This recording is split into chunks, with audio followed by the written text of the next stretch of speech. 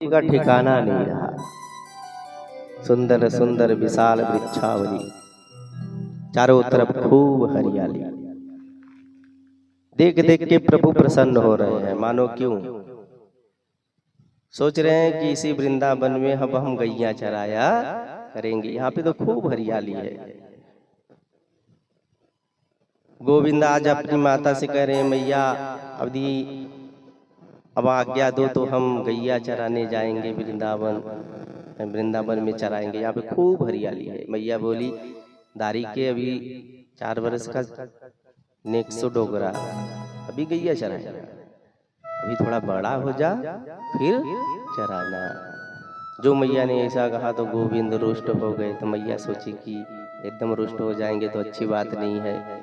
तो कहे एक काम कर लाला, अभी तू बछड़ों को चराया कर। छोटे छोटे जो बछड़े हैं पहले उनको चराते चराते पहले अभ्यास हो जाएगी, फिर बड़े बड़े बछड़ों को चराना। गोविंद प्रसन्न हो गए। छोटी छोटी गैयों को, गाय के बछड़ों को लेके प्रभु आज गोचरण कर रहे हैं वृंदावन में। इतने में बत्सासुर नामक दैत्य आ गया। छोटे बछड़े का रूप बना के उन्हीं बछड़ों के बीच में जाके मिल गया। भगवान देखे, पहचान गए, दौड़ के पहुंचे, दौड़कर पहुंचे, पैर पकड़ के घुमा के पट के गोविंदाय नमो नमः। ऐसे ही एक दिन अपने बछड़ों को पानी पिलाने यमुना पे पधारे। यमुना पे वहां बैठा हुआ था बकासुर। ये पूतना का बड़ा भाई है। जो इसने गोविंद को देखा, अच्छा यही काला काला मुरली वाला है, इसने मेरी बहन को मारा है, मैं बदला जरूर लूंगा। दौड़ा दौड़ा गया, बड़ी बड़ी चोचों से भगवान को पकड़ के घटक गया। अब सबरे ग्वाल देखे, अरे राम ने राम, इतना बड़ा बकला गोविंद को ही घटक गया। भगवान अंदर गए, अपना शरीर जो था विग्रह इतना गर्म किए कि बकासुर को लगा कि कोई आग का गोला तो नहीं घटक गया मैं। तुरंत भगवान को बाहर उगल दिया, और जैसे ही बाहर उगला भगवान ने दोनों चोंच पकड़ के फाड़ दी। गोविंदाय नमो नमः। ऐसे ही एक दिन अघासुर आया बदला लेने के लिए, कंस का भेजा हुआ आया वृंदावन में। पाषाणवत ऐसे खड़ा हो गया मुंह फाड़ के कि जो भी देखे उसे लगे कि पूरा पाषाण पत्थर का गुफा ही जिससे एकदम डिजाइन में बना हुआ हो। भगवान ग्वाल बालों के साथ विहार करते खेलते खेलते उसी स्थान पे पहुंचे। तो भगवान कहें चलो लुका छिपी का खेल खेलते हैं, पहले तुम लोग छिप जाओ, हम ढूंढेंगे। सबरे ग्वाल कहें ठीक है, आंख बंद कर। माधव आंख बंद किए। सबरे सारे जितने सबरे ग्वाले थे भागे भागे गए, कहाँ छुपा जाए। देखे कि बकासुर मुंह बाड़े खड़ा है एकदम से पाषाणवत। ग्वालों को लगा कि ये गुफा है, कहें चलो इसी के अंदर छिप जाएंगे।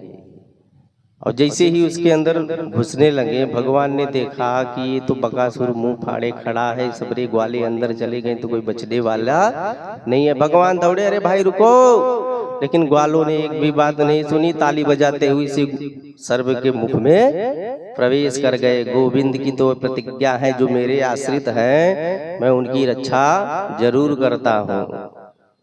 एक ने कहा, लगता है भाई ये सर्प मुंह फाड़े खड़ा हुआ है पागल है, इधर आज तक कभी देखा ऐसा कोई गुफा दिखाई दिया?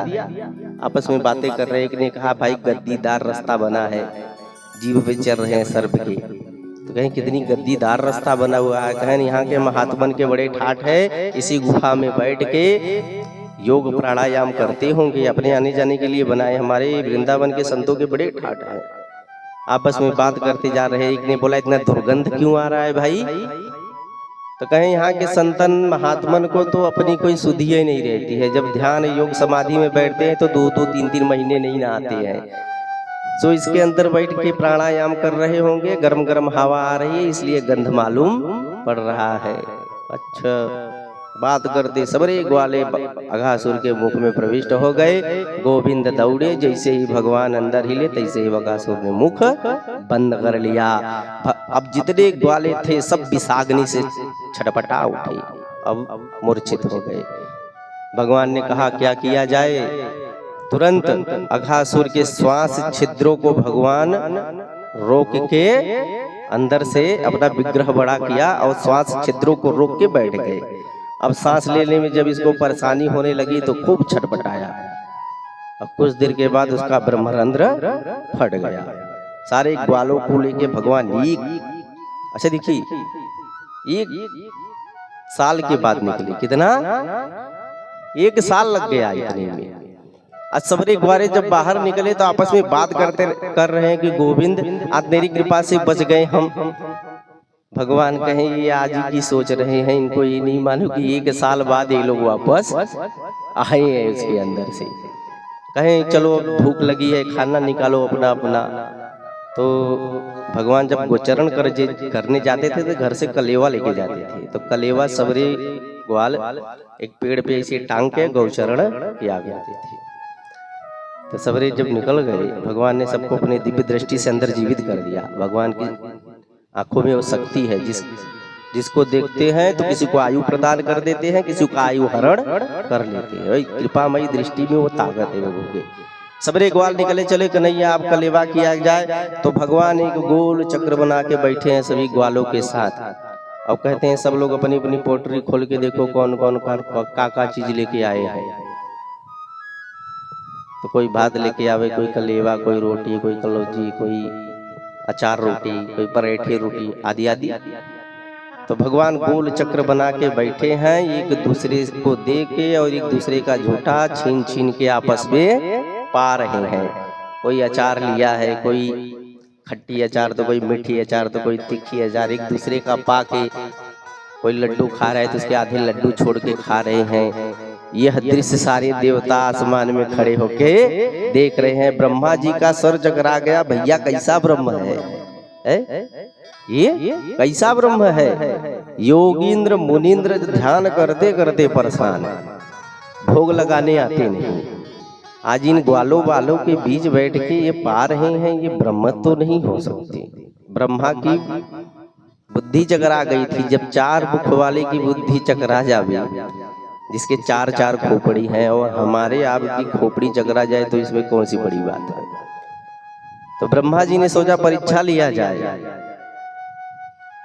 ब्रह्मा जी ने सोचा परीक्षा ली जाए। इधर ग्वाले बैठ के आपस में कलेवा खा रहे हैं। ब्रह्मा जी धीरे से ब्रह्मलोक से आए, सारे बछड़े उठा के लेके चल दिए। एक ने कहा कन्हैया बड़ी देर से बछड़े नहीं दिखाई पड़ रहे हैं, एक भी कहाँ गए सब। भगवान बोले एक काम करें, तुम बैठ के कलेवा करो, हम ही देख के आते हैं। भगवान भागे भागे पहुंचे।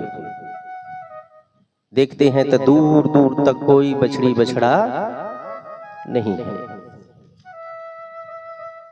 चिंता में पड़ गई। यहीं तो भी 7 लाख गैया थी नंद के पास, यहीं तो थे, कहाँ चले गए।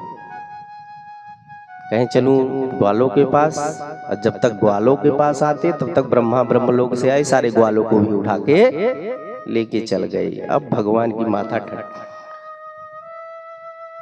खोपड़ी चटक गया कि ये किसी साधारण मनुष्य का काम नहीं हो सकता है। ध्यान लगा के देखा तो समझ गए, ओहो विधाता परीक्षा ले रहे हैं। चलो अब इनको हम अपने हिसाब से सृष्टि करके बताते हैं, हमारी परीक्षा चल रही है। भगवान कहते हैं विधाता ब्रह्मा आप सृष्टि करते हो तो आपको पंचभूतों की शक्ति प्राप्त होती है, तो करते हो। कौन कौन से?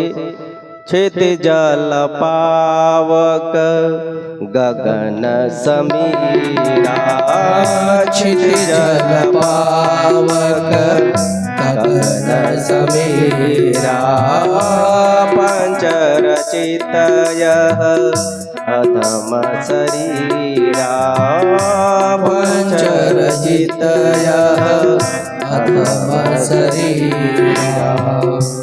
तो भगवान कहना चाहते हैं आपको तो पंचभूतों की शक्ति मिलती है तो आप निर्माण करते हो, हमें कुछ नहीं चाहिए, क्योंकि हम ही बनने वाले हैं, हम ही बनाने वाले हैं, हम ही चरने वाले हैं, हम ही चराने वाले हैं।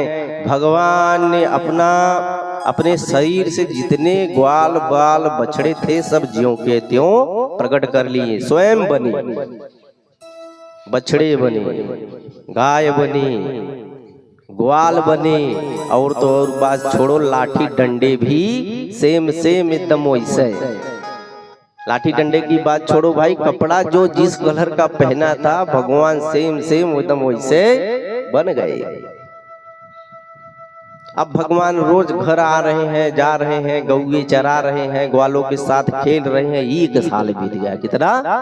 1 साल। ब्रह्मा जी ने सोचा चले देखे क्या हालचाल है वहां पे। आए देखने के लिए, तो देखते हैं सबरे ग्वाल, सबरे बछड़े जो जैसे सेम सेम ज्यों ज्यों। अच्छा देखिए, दाऊ भी साथ में है, लेकिन माधव के लीला को नहीं समझ पा रहे। जब संकर्षण नहीं समझ पा रहे हैं तो दूसरा कौन समझे। लेकिन एक दिन दाऊ भैया देखते हैं कि आजकल बछड़ों में बड़ा प्रेम है, ग्वाल बालों में बड़ा प्रेम है। इतना प्रेम तो कभी रहता नहीं था। तो एक दिन ध्यान लगा के दाऊ जी ने देखा तो सब समझ गए ये माधव की लीला चल रही है। क्यों रे कनुआ, क्या कर रहा है? कहे विधाता ब्रह्मा हमारी परीक्षा ले रहे हैं, शांति बना के रखो। अब क्या करें? अच्छा ठीक है। विधाता ब्रह्मा सोचे चले देखे क्या माहौल है वहाँ। यहाँ पहुँचते देखते थे गाय बछड़े ग्वाले सब ज्यों के त्यों हो रहा है। विधाता की खोपड़ी फिर चटक गई। भागे भागे ब्रह्म लोग पहुंचे, देखे सब वहीं तो है कि यहाँ आ गए। देखते हैं तो सब बछड़े गाय सब वहीं पे है। ग्वाली विधाता दौड़े दौड़े आए, मन में सोचने लगे ओहो ये वही निर्गुण निरीह परब्रह्म परमात्मा है जिसकी हमने आज परीक्षा ली है। तुरंत आके चरणों में गिर गए हैं और भगवान से माफी मांगने लगे। भगवान ने एक बात नहीं सुनी। 36 श्लोकों में स्तुति करी है ब्रह्मा जी ने। हे प्रभु, मैं आपके स्वरूप को भला कैसे जान सकता हूँ। आपने मेरे ऊपर अनुग्रह ही किया है, मेरे मान को भंग किया है। पिता का तो अधिकार है जब बच्चे से गलती हो जावे तो इसे माफ कर दे। प्रभु मैंने आपको पहचाना नहीं। भगवान एक बात भी ब्रह्मा जी से नहीं बोले। तो भगवान ने जल्दी जल्दी 3 प्रदक्षिणा करके फिर ग्वालों की स्तुति कर रहे हैं कि शायद ग्वालों की स्तुति करें, उनकी महिमा गाएं तो शायद ये प्रसन्न हो। तो अब ग्वालों की स्तुति किए हैं, लेकिन भगवान फिर भी कुछ नहीं बोले। तो जल्दी जल्दी ब्रह्मा भाग गए कि भाई बड़ा आदमी यदि जल्दी माने न तो अच्छा यही है कि उसके सामने से हट जाओ। ब्रह्मा जी चले गए। एक ने शंका करी कि भगवान की तो 4 प्रदक्षिणा होती है, तो ब्रह्मा जी ने 3 क्यों किया? शास्त्रों में नियम है, एका चंडी रवौ सप्तः त्रिस्त्र कार्य विनायक। एका चंडी रवौ सप्तः त्रिस्त्र कार्य विनायक हरे चतुर्थ कर्तव्यम शिव अर्ध प्रदक्षिणा। यदि किसी देवी देवता के मंदिर में प्रदक्षिणा करना हो तो उसका नियम है एका चंडी। देवी मैया का मंदिर हो तो 1 प्रदक्षिणा करे। क्या? 1 प्रदक्षिणा। एका चंडी रवौ सप्तः। यदि सूर्य भगवान का मंदिर है तो 7 बार। तीसरा कार्य विनायक। यदि गणेश जी का मंदिर हो तो 3 प्रदक्षिणा। हरे चतुर्थ कर्तव्य। हरि की मंदिर हो तो 4 प्रदक्षिणा। कितना? 4। शिव अर्ध प्रदक्षिणा। शिव जी की आधी प्रदक्षिणा होती है, पूरे मंदिर की नहीं। निर्माल्य का उल्लंघन करने से ब्रह्म दोष होता है। ठीक है, पुण्य नष्ट होते हैं। तो एक ने पूछा कि भाई 3 प्रदक्षिणा क्यों किए? कहें इसलिए 3 प्रदक्षिणा करके जल्दी जल्दी से भाग लिए कि देखिए भाई जब बड़ा आदमी बहुत अनुनय विनय करो यदि वो न माने, गुस्से में है, तो अच्छा है कि उस समय हट जाओ, शायद उसका गुस्सा शांत हो जाए। प्रेम से बोलिए श्री वृंदावन बिहारी लाल की जय। आज नारायण गौओं के पीछे गोचारण कर रहे हैं, वन वन विचरण कर रहे हैं। एक बार भगवान गौ चारण करते हुए कहाँ पहुंचे? तालवन। कहाँ? तालवन। तालवन में जाके जब ग्वालों ने सुंदर सुंदर सुस्वादु फल लदे देखे तो उन्होंने दाऊ के पास जाके कहा। सबरे ग्वाल बोले कि दाऊ भैया कन्हैया के तो बहुत करामात देखे हैं। क्या? कन्हैया के तो बहुत करामात देखे, आज तक तुम्हारी करामात कुछ देखने को मिली नहीं। कहें बोलो क्या चाहते हो? कहें ये तालवन है, इसी तालवन में धेनुका नामक एक राक्षस रहता है। इसमें इतने सुंदर सुंदर फल है लेकिन कोई खा पाता नहीं है। उसकी रखवाली करता है, जो भी जाता है लौट के आता नहीं है। हम तो चाहते हैं हमें सुंदर सुंदर सुस्वादु सुस्वादु फल आप आज खिला दो। भगवान शंकरसर बोले आप लोग यहीं रहो, अभी यूं गया फल लेके आया। जैसे ही दाऊ जी तालवन में प्रवेश किए, धेनुका तालवन में प्रवेश करके जैसे ही वृक्षों को जोर से हिलाया, सारे फल धमाधम करके जब पृथ्वी पे गिरे तो धेनुका नामक राक्षस जो था वो सो रहा था, तुरंत जाग गया। कौन है जो उनके घर में आके उत्पात मचा रहा है? दौड़ा बलराम जी के पास, तो बलराम जी को खाने के लिए भगवान टंगरी पकड़ के चक्रधरनी की तरह घुमा के पटक दिए, गोविंदाय नमो नमः। सबरे ग्वाल प्रसन्न हुए, जा के सुंदर सुंदर सुस्वादु फल खाए। भगवान ने सोचा कि धेनुका से तो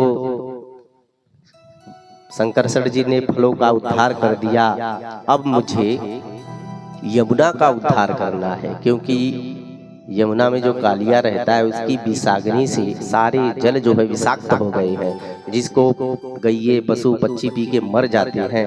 तो अभी इसका उद्धार कैसे करूं? सोचे यदि दाऊ जी के साथ जाऊंगा तो दाऊ जी के साथ जाऊंगा तो ये काम